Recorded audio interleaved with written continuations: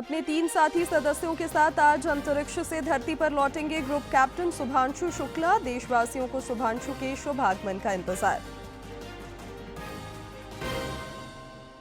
बोकारो में वन भूमि खरीद फरोख्त मामले में एक और गिरफ्तारी। रांची में सीसीएल कर्मी से लेवी मांगने में शामिल 4 नक्सलियों को पुलिस ने किया गिरफ्तार।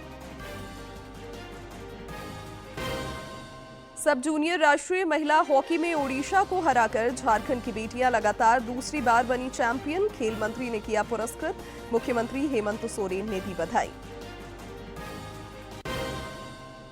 राजधानी रांची समेत राज्य के कई जिलों में आज भारी बारिश की चेतावनी। जमशेदपुर में एहतियात के तौर पर स्कूल बंद। पलामू और बोकारो में वज्रपात से 4 की मौत।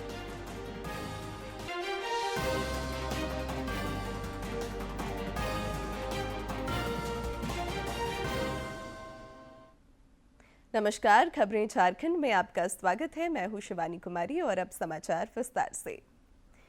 भारतीय अंतरिक्ष यात्री शुभांशु शुक्ला अपने 3 साथी सदस्यों के साथ आज अंतरिक्ष से धरती पर लौटेंगे। देशवासियों को शुभांशु के शुभागमन का इंतजार है।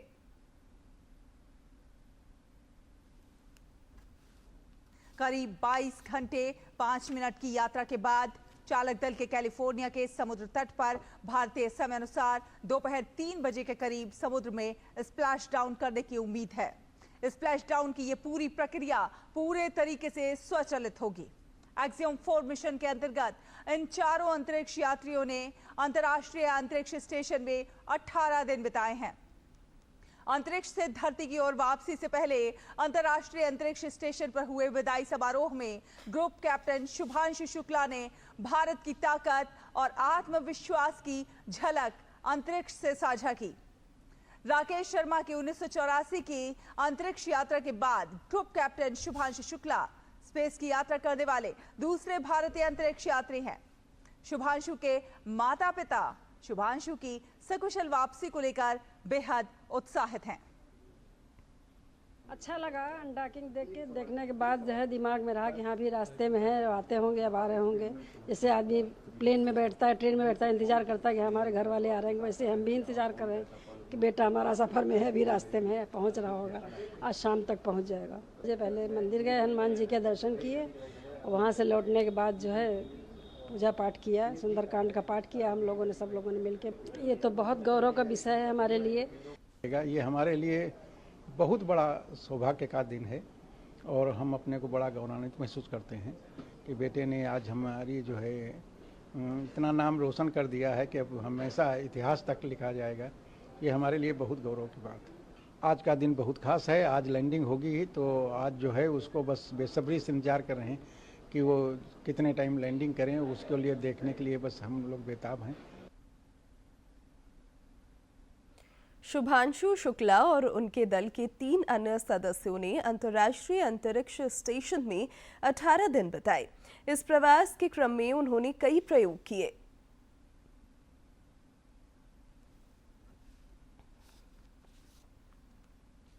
इसरो ने कहा है कि शुभांशु शुक्ला ने अंतरिक्ष में सभी 7 माइक्रोग्रेविटी प्रयोग सफलतापूर्वक पूरे कर लिए हैं।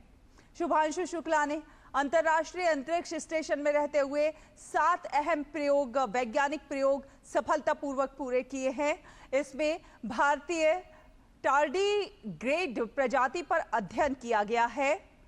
मांसपेशियों के विकास यानी मायोजेनेसिस, मेथी और मूंग के बीजों का अंकुरण, साइनोबैक्टीरिया और माइक्रोएल्गी पर रिसर्च की गई है। फसल के बीजों की प्रतिक्रिया क्या कुछ है और वायेजर डिस्प्ले उपकरण का परीक्षण भी किया गया। ये सभी प्रयोग अंतरिक्ष में जीवन, खेती और जैव विज्ञान से जुड़े हुए महत्वपूर्ण सवालों के जवाब तलाशने की दिशा में एक बड़ी उपलब्धि माने जा रहे हैं। इसरो ने शुभांशु शुक्ला को भारत के प्रमुख अनुसंधान संस्थानों और शैक्षणिक संस्थाओं द्वारा सुझाए गए कई वैज्ञानिक प्रयोग करने का जिम्मा सौंपा था।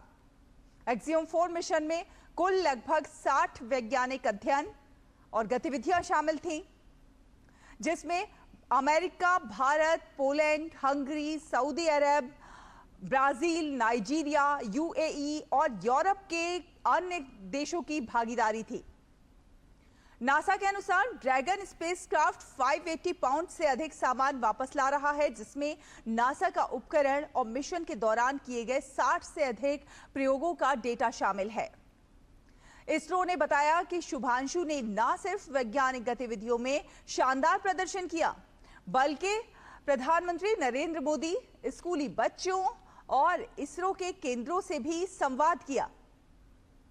इसरो ने यह भी कहा है कि इस मिशन के जरिए भारत ने न केवल अंतरिक्ष में वैज्ञानिक उपलब्धि दर्ज की है, बल्कि भविष्य के स्पेस रिसर्च के लिए भी नए रास्ते खोल दिए हैं।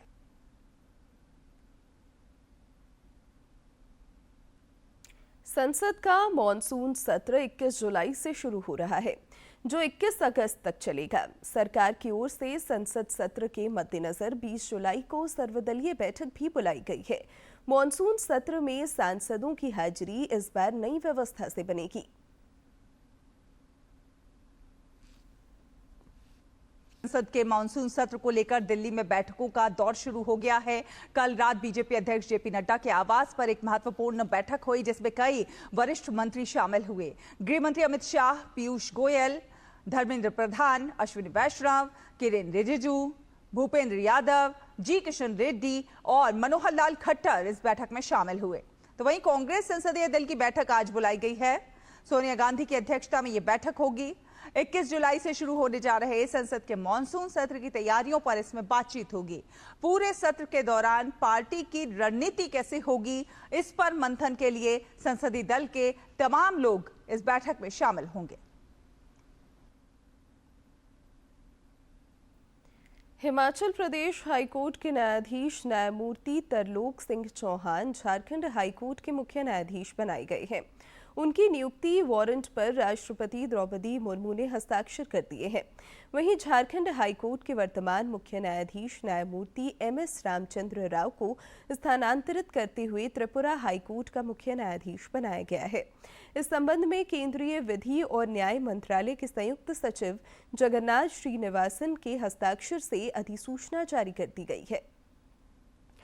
कांग्रेस के राष्ट्रीय अध्यक्ष मल्लिकार्जुन खड़गे और वरिष्ठ नेता राहुल गांधी ने झारखंड कांग्रेस के नेताओं और पार्टी कोटे के मंत्रियों के साथ नई दिल्ली में बैठक की। इस दौरान संगठन विस्तार और मजबूती को लेकर विमर्श हुआ। मंत्रियों ने राष्ट्रीय अध्यक्ष को 8 महीने के कामकाज की रिपोर्ट सौंपी और सरकार की गतिविधियों से भी केंद्रीय आलाकमान को अवगत कराया। राहुल गांधी ने गठबंधन में तालमेल पर जोर दिया, साथ ही कांग्रेस के एजेंडे पर काम करने की हिदायत दी।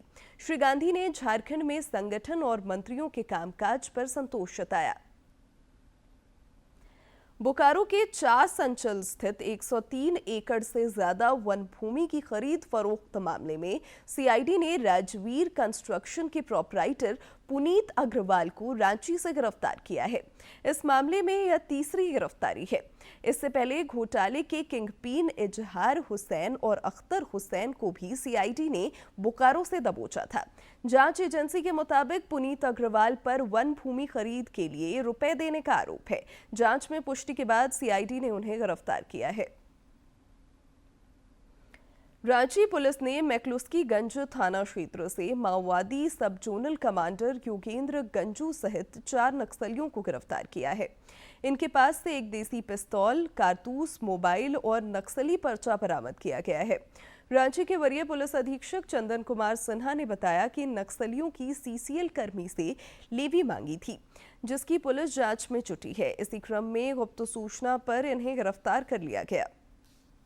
पर इसमें जो मुख्य सरगना इसका है वो योगेंद्र गंजू है। योगेंद्र गंजू पूर्व में भाकपा माओवादी का सब जोनल कमांडर रहा हुआ है और यह उस कांड में भी शामिल था जिसमें एक पुलिसकर्मी के पेट में चीर करके बम डाला गया था। उस केस का ये एक्यूज है।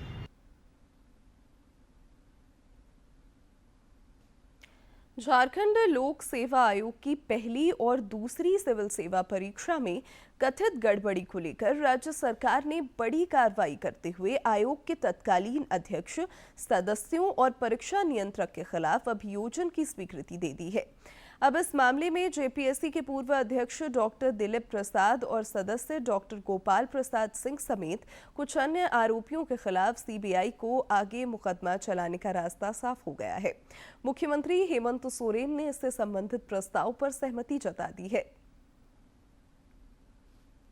सरायकेला खरसावा पुलिस ने 10 लाख रुपए मूल्य के चोरी के मोबाइल, लैपटॉप और टैब बरामद किए हैं।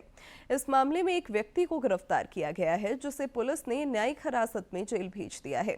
अनुमंडल पुलिस पदाधिकारी समीर कुमार सवैया ने बताया कि आमदा गांव के मोदी मोहल्ला में छापेमारी के क्रम में पुलिस को यह सफलता मिली। उन्होंने बताया कि 62 चोरी की मोबाइल, एक टैब और 2 लैपटॉप बरामद किए गए हैं।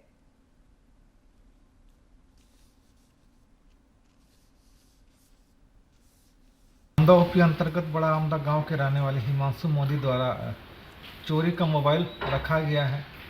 उक्त सूचना का लोग छापेमारी किया गया। उसके यहाँ से 62 मोबाइल, एक टैब और 2 लैपटॉप बरामद हुआ है।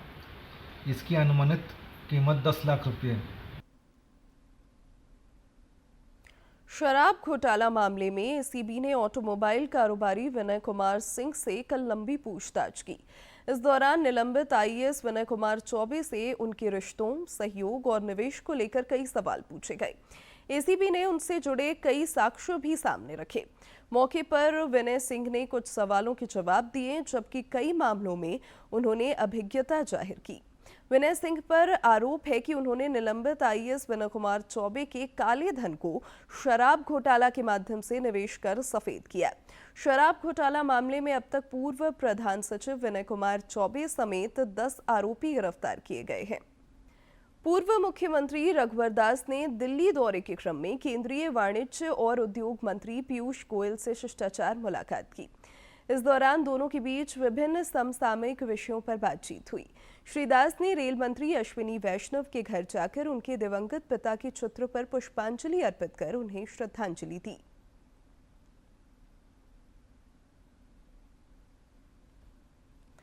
रामगढ़ समाहरणालय परिसर में हजारीबाग के सांसद मनीष जायसवाल की अध्यक्षता में दिशा की बैठक हुई। इस दौरान केंद्र और राज्य सरकार की विभिन्न विकास तथा कल्याणकारी योजनाओं की प्रगति की समीक्षा हुई।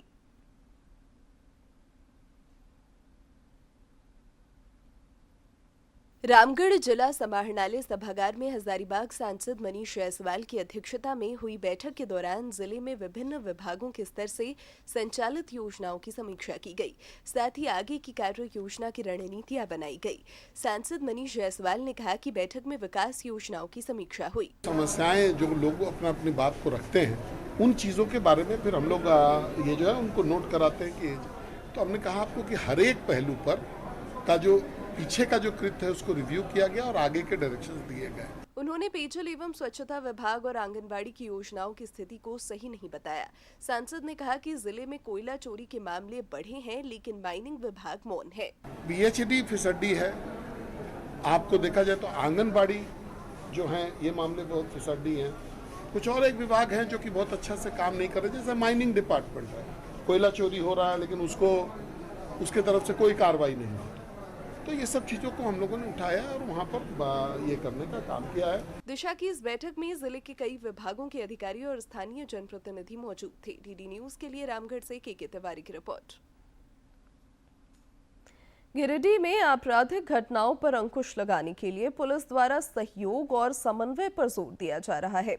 जिले के पुलिस अधीक्षक विमल कुमार बेहतर विधि व्यवस्था को लेकर दृढ़ संकल्पित नजर आ रहे हैं। उन्होंने विभिन्न थानों से जुड़े 600 पुलिस मित्रों को शॉल ओढ़ाकर तथा प्रशस्ति पत्र सौंपकर सम्मानित किया। पुलिस अधीक्षक ने कहा कि पुलिस पब्लिक के बीच बेहतर समन्वय अपराध नियंत्रण में महत्वपूर्ण है। आने वाले समय में और पुलिस मित्रों को सम्मानित किया जाएगा।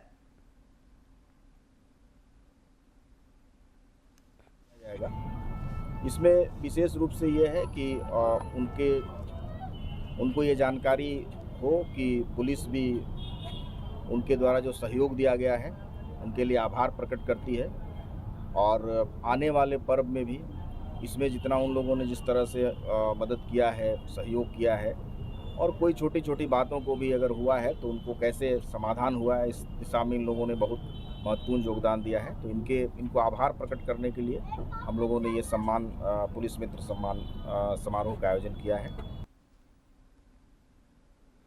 झारखंड हाईकोर्ट के न्यायमूर्ति दीपक रोशन की अदालत ने प्रारंभिक विद्यालय प्रशिक्षित सहायक आचार्य संयुक्त प्रतियोगिता परीक्षा में एक याचिका की सुनवाई करते हुए बड़ा आदेश जारी किया है। अदालत ने झारखंड कर्मचारी चयन आयोग को निर्देश दिया है कि वह 2 वर्षीय बीएड कोर्स करने वाले अभ्यर्थियों के भी दस्तावेजों का सत्यापन करें। सुनवाई के दौरान अदालत ने यह भी स्पष्ट किया कि 2 वर्षीय बीएड कोर्स वाले अभ्यर्थी भी नियुक्ति के लिए पूर्ण रूप से पात्र माने जाएंगे। अदालत के इस फैसले से उन अभ्यर्थियों को बड़ी राहत मिली है जिन्हें जेएसएससी ने 1 वर्षीय बीएड के स्थान पर 2 वर्ष के बीएड की वजह से अपात्र घोषित कर दिया था। राज्य में पेसा कानून लागू करने की मांग तेज होते जा रही है। मांग के समर्थन में सरना समिति गुमला के तत्वावधान में आयोजित पदयात्रा कल राजभवन पहुंची। यह पदयात्रा 11 जुलाई को गुमला से रवाना हुई थी। रांची पहुंचने पर केंद्रीय सरना समिति सहित विभिन्न आदिवासी संगठनों ने पदयात्रा में शामिल लोगों का स्वागत किया। राजभवन के समक्ष सभा का भी आयोजन हुआ। इस दौरान वक्ताओं ने पेसा कानून लागू करने पर जोर दिया। उन्होंने पेसा कानून लागू करने में राज्य सरकार की उदासीनता पर नाराजगी जताई। हर वर्ष 15 जुलाई को विश्व प्लास्टिक सर्जरी दिवस मनाया जाता है। प्लास्टिक सर्जरी दिवस की पूर्व संध्या पर रिम्स के प्लास्टिक सर्जरी विभाग द्वारा दिवंगत डॉक्टर सौरभ शर्मा की स्मृति में क्विज के अलावा कई कार्यक्रम आयोजित किए गए। अंतर्राष्ट्रीय प्लास्टिक दिवस की पूर्व संध्या पर प्लास्टिक सर्जरी विभाग द्वारा कई कार्यक्रम आयोजित किए गए। प्रतियोगिता में रिम्स के जनरल सर्जरी और ऑर्थोपेडिक सर्जरी विभाग के रेसिडेंट डॉक्टरों ने हिस्सा लिया। विभाग के एचओडी डॉक्टर डीके सिन्हा ने बताया कि इन्फेक्शन, कैंसर, एक्सीडेंट, जलने या अन्य किसी कारण से शरीर के अंगों को हुए नुकसान पर प्लास्टिक सर्जरी की जाती है। प्लास्टिक सर्जरी डे हर साल की तरह इस साल भी मनाया जा रहा है और प्लास्टिक सर्जरी जैसा जानते हैं कि सुपर स्पेशलिटी में एक ऐसी प्रणाली है जिसके थ्रू बर्न से लेकर के हर तरह के विकलांग, कटे छटे लोग सबका उसमें इलाज किया जाता है और आज के समय में प्लास्टिक सर्जरी का ज़्यादा महत्व हो गया है। मौके पर डॉक्टर विजय कुमार दास ने कहा कि इस दिन को मनाने के पीछे का मकसद लोगों में जागरूकता फैलाना है। लोगों में प्लास्टिक सर्जरी को लेकर जो अज्ञानता है उसको दूर किया जाना जरूरी है। इसे लेकर राज्य के कई जिलों में जागरूकता कार्यक्रम का भी आयोजन किया जा रहा है। वर्ल्ड प्लास्टिक सर्जरी डे के रूप में पूरी दुनिया में मनाया जाता है। हम लोग यहाँ झारखंड में मना रहे हैं और झारखंड में हम लोग एक पखवाड़ा का टाइम लिए हैं जिसमें कि झारखंड के डिफरेंट एरिया में, रिमोट एरिया में, जैसे धनबाद हो गया, जमशेदपुर हो गया, वहाँ प्रोग्राम कर रहे हैं और पेशेंट को या उसके अटेंडेंट को, पब्लिक को जागरूक कर रहे हैं। रिम्स के प्लास्टिक सर्जरी विभाग की यूनिट हेड डॉक्टर प्रियंका किरकिट्टा ने कहा कि राज्य के ग्रामीण इलाकों में प्लास्टिक सर्जरी को लेकर कई सारी ऐसी भ्रांतियां हैं जो लोगों के बीच में काफी आम है। तो बहुत सारे लोग ऐसे समझते हैं कि प्लास्टिक सर्जरी मतलब सिर्फ कॉस्मेटिक सर्जरी। ऐसा नहीं है। प्लास्टिक सर्जरी एक बहुत बड़ा फील्ड कवर करता है, बहुत बड़ा एरिया कवर करता है। उसमें ना सिर्फ कॉस्मेटिक बल्कि पोस्ट बर्न कॉन्ट्रैक्चर्स, जलने के बाद की प्रवृत्ति, अगर कोई घाव नहीं सूख रहा है, कोई घाव को भरने के लिए फ्लैप की सर्जरी चाहिए, ऐसे बहुत सारे अनेक फील्ड है जहां प्लास्टिक सर्जरी की आवश्यकता होती है। दिवंगत डॉक्टर सौरभ शर्मा की स्मृति में यह कार्यक्रम का आयोजन किया गया। डॉक्टर सौरभ रिम्स के ही छात्र थे और बाद में प्लास्टिक सर्जरी विभाग में असिस्टेंट प्रोफेसर के पद पर कार्यरत थे। फरवरी 2023 में एक सड़क दुर्घटना में उनका देहांत हो गया। कार्यक्रम में उनकी पत्नी डॉक्टर खुशबू शर्मा और उनके भाई शरद शर्मा शामिल हुए। मौके पर उन्होंने कहा कि विभाग के माध्यम से लोगों को जागरूक करने का प्रयास सराहनीय है। इसे लेकर हर स्तर पर जागरूकता जरूरी है। ये एक बहुत वास्ट फील्ड है जिसके बारे में लोगों को बहुत नॉलेज नहीं होती, तो इस डे के माध्यम से वो बताना चाहते हैं कि आप आएँ और सरकार इस चीज़ की सुविधा दे रही है, इसका लाभ उठाया जाए। आजकल जो सुना है बड़ी दुर्घटनाएं होती है, जलने, बर्न से, एक्सीडेंट से, तो उसके लिए प्लास्टिक सर्जन तो देवदूत की तरह होते हैं अगर टाइम पर ट्रीटमेंट मिल जाए तो। दूसरा, आजकल नई पीढ़ी में या पुराने लोगों में भी थोड़ा जवान दिखने का भी शौक़ है, तो एंटी एजिंग के हिसाब से भी ट्रीटमेंट लेते हैं। प्लास्टिक सर्जरी डे इस तरह से बहुत अहम होता जा रहा है। समय के साथ साथ प्लास्टिक सर्जरी और कॉस्मेटिक सर्जरी का चलन लगातार बढ़ता जा रहा है। अंतर्राष्ट्रीय प्लास्टिक सर्जरी दिवस का उद्देश्य जीवन को बेहतर बनाने और आत्मविश्वास बढ़ाने में प्लास्टिक सर्जरी की परिवर्तनकारी शक्ति के बारे में लोगों को जागरूक करना है। सहयोगी विकास के साथ रांची से शिवानी की रिपोर्ट। पवित्र सावन महीने में धर्म और अध्यात्म की बयार हर ओर बह रही है। बाबा भोलेनाथ के भक्त जलाभिषेक के लिए शिवालयों में लगातार पहुंच रहे हैं। पहली सोमवारी पर कल देवघर स्थित बाबा वैद्यनाथ धाम में लगभग 2,26,000 भक्त बाबा के जलाभिषेक के लिए पहुंचे। इस दौरान कांवरियों की कतार 12 किलोमीटर दूर तक जा पहुंची। मंदिर परिसर श्रद्धालुओं से खचाखच भरा रहा तथा हर हर महादेव और बोलबम के जयघोष से मेला क्षेत्र गुंजायमान रहा। सावन की शुरुआत के साथ ही बाजार भी गुलजार हो गए हैं। रांची के ऐतिहासिक पहाड़ी मंदिर रोड में मेले सा माहौल नजर आ रहा है। यहाँ सनातन संस्कृति, रीति रिवाज और आध्यात्म से जुड़े सामानों की खूब बिक्री हो रही है।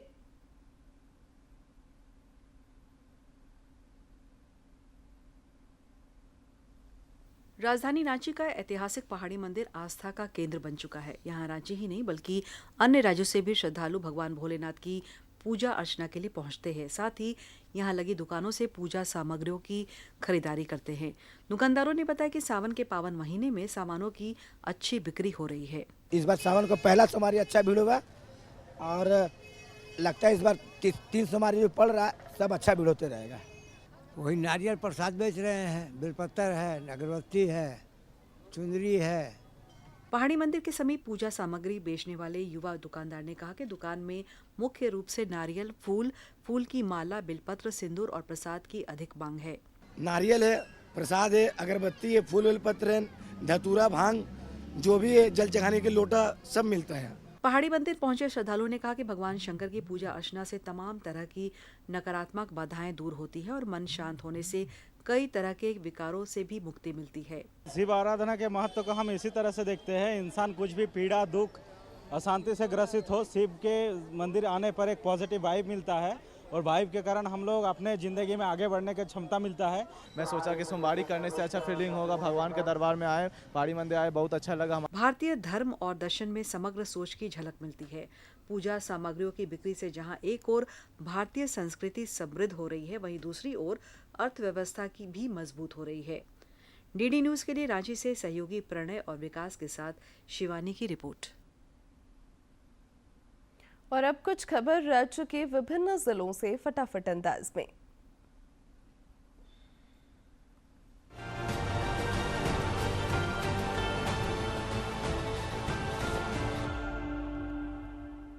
बोकारो जिले के उपायुक्त अजयनाथ झा ने समाहरणालय स्थित कार्यालय कक्ष में कल्याण विभाग द्वारा संचालित विभिन्न योजनाओं की प्रगति कार्य की समीक्षा बैठक की। इस दौरान उन्होंने कहा कि राजकीय लुगुबुरु महोत्सव को राष्ट्रीय स्वरूप देना है। यह महोत्सव ललपनिया पंचायत पेटरवाद प्रखंड बोकारो में आयोजित किया जाएगा, जिसमें आदिवासी संस्कृति, परंपरा, साहित्य, चित्रकला, फिल्म एवं जीवन शैली की झलक प्रस्तुत की जाएगी। उन्होंने बैठक के क्रम में लुगुबुरु में चल रहे विभिन्न निर्माण कार्यों को महोत्सव से पूर्व पूर्ण करने का निर्देश दिया। झारखंड चैम्बर की इंडोर आउटडोर उप समिति की बैठक उप समिति चेयरमैन राजीव चैटर्जी की अध्यक्षता में चैम्बर भवन में संपन्न हुई। बैठक के माध्यम से रांची नगर निगम द्वारा होल्डिंग शुल्क में की जाने वाली वृद्धि से हो रही परेशानियों पर सदस्यों ने चर्चा की। धनबाद के उपायुक्त आदित्य रंजन की अध्यक्षता में साइकिल वितरण योजना के तहत 8वीं वर्ग में पढ़ रहे अनुसूचित जनजाति, अनुसूचित जाति, अल्पसंख्यक एवं पिछड़ी जाति के छात्र छात्राओं के बीच निःशुल्क साइकिल वितरण हेतु जिला स्तरीय साइकिल वितरण अनुमोदन एवं अनुश्रवण समिति की बैठक समाहरणालय स्थित कार्यालय कक्ष में की गई। धनबाद के उपायुक्त आदित्य रंजन की अध्यक्षता में समाहरणालय के सभागार में जल स्रोतों के संरक्षण, अतिक्रमण की रोकथाम तथा प्रदूषण मुक्त बनाए जाने को लेकर टास्क फोर्स की बैठक आयोजित की गई। इस दौरान उपायुक्त ने अंचलवार सभी तालाबों, नदी और जल स्रोतों की जानकारी संबंधित अंचलाधिकारी से प्राप्त की। उपायुक्त आदित्य रंजन की अध्यक्षता में न्यू टाउन हॉल में जिला खनन टास्क फोर्स की बैठक आयोजित की गई। इस अवसर पर उपायुक्त ने भारत कोकिंग कोल लिमिटेड को भू-अर्जन में नियमों का पालन करने, अपने लीज होल्ड एरिया में ओवरबर्डन डंप करने तथा कोयला खनन से बचे हुए अवैध मुहाने शीघ्र बंद करने का निर्देश दिया। उपायुक्त ने कहा कि कोयला का अवैध खनन चिंता का विषय है। हजारीबाग के उपायुक्त शशि प्रकाश सिंह की अध्यक्षता में समाहरणालय सभा कक्ष में ग्रामीण विकास विभाग के अंतर्गत संचालित योजनाओं की समीक्षात्मक बैठक आयोजित की गई। बैठक में मनरेगा योजना, प्रधानमंत्री आवास योजना, अंबेडकर आवास योजना, अबुआ आवास योजना, बिरसा कूप संवर्धन योजना, डोभा निर्माण, बिरसा हरित ग्राम योजना, JSLPS के तहत संचालित विभिन्न योजनाओं की विस्तृत समीक्षा की गई। राष्ट्रीय ग्रामीण आजीविका मिशन की एक उच्च स्तरीय टीम द्वारा समाहरणालय सभागार में हजारीबाग जिले के दौरे को लेकर बैठक आयोजित की गई। इस दौरान उप विकास आयुक्त NRLM प्रतिनिधि TS कृष्णन, DRDA निदेशक, संबंधित BDO, JSLPS के DPM और अन्य कर्मी उपस्थित रहे। टीम द्वारा जानकारी दी गई कि निर्धारित कार्यक्रम के अनुसार NRLM की टीम हजारीबाग जिले के 3 प्रखंडों चौपारण, सदर और ईचाक के कुल 7 पंचायतों का दौरा करेगी।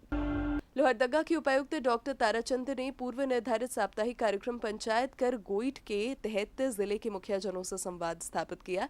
इस कार्यक्रम में उपायुक्त ने विभिन्न पंचायतों के मुखियाओं से बातचीत कर सरकार की महत्वाकांक्षी योजनाओं से उन्हें अवगत कराया, साथ ही उनके क्षेत्र की समस्याओं से स्वयं भी अवगत हुए। उपायुक्त ने मुखियाजनों से बात करते हुए कहा कि वर्तमान वैश्विक बाजार में मड़ुआ के उत्पाद की काफी मांग है। कोडरमा उप विकास आयुक्त रवि जैन की अध्यक्षता में प्रखंड सभागार सदगावा में प्रधानमंत्री आवास योजना, ग्रामीण आवास प्लस 2.0, चेकर सत्यापन आवास योजना, प्रधानमंत्री जनमन आवास योजना, मनरेगा योजना संबंधित समीक्षात्मक बैठक आयोजित की गई। प्रधानमंत्री आवास योजना ग्रामीण अंतर्गत वित्तीय वर्ष 2024-25 में आवास स्वीकृति को लेकर विभाग से प्राप्त लक्ष्य 631 के विरुद्ध 100% योग्य लाभुकों का आवास स्वीकृति किया गया है। गोड्डा के समाहरणालय स्थित सभागार में जिला परिषद अध्यक्ष वीवी देवी की अध्यक्षता में जिला परिषद की सामान्य बैठक आयोजित की गई। इस दौरान योजनाओं के उचित क्रियान्वयन से संबंधित चर्चा की गई। धनबाद के राजेंद्र सरोवर के किनारे सावन की पहली सोमवारी पर गंगा आरती का आयोजन किया गया। आरती में सैकड़ों लोग शामिल हुए।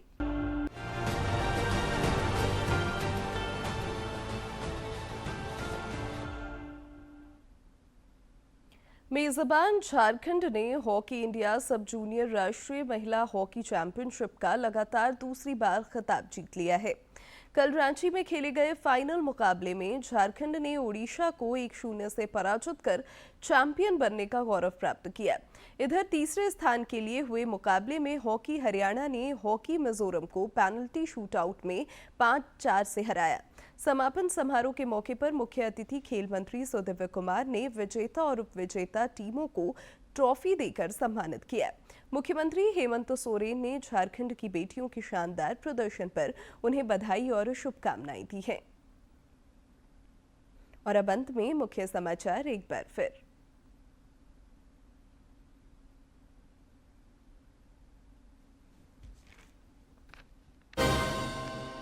अपने 3 साथी सदस्यों के साथ आज अंतरिक्ष से धरती पर लौटेंगे ग्रुप कैप्टन शुभांशु शुक्ला। देशवासियों को शुभांशु के शुभागमन का इंतजार। बोकारो में वन भूमि खरीद फरोख्त मामले में एक और गिरफ्तारी। रांची में CCL कर्मी से लेवी मांगने में शामिल 4 नक्सलियों को पुलिस ने किया गिरफ्तार। सब जूनियर राष्ट्रीय महिला हॉकी में ओडिशा को हराकर झारखंड की बेटियां लगातार दूसरी बार बनी चैंपियन। खेल मंत्री ने किया पुरस्कृत। मुख्यमंत्री हेमंत सोरेन ने दी बधाई। और राजधानी रांची समेत राज्य के कई जिलों में आज भारी बारिश की चेतावनी। जमशेदपुर में एहतियात के तौर पर स्कूल बंद। पलामू और बोकारो में वज्रपात से 4 की मौत।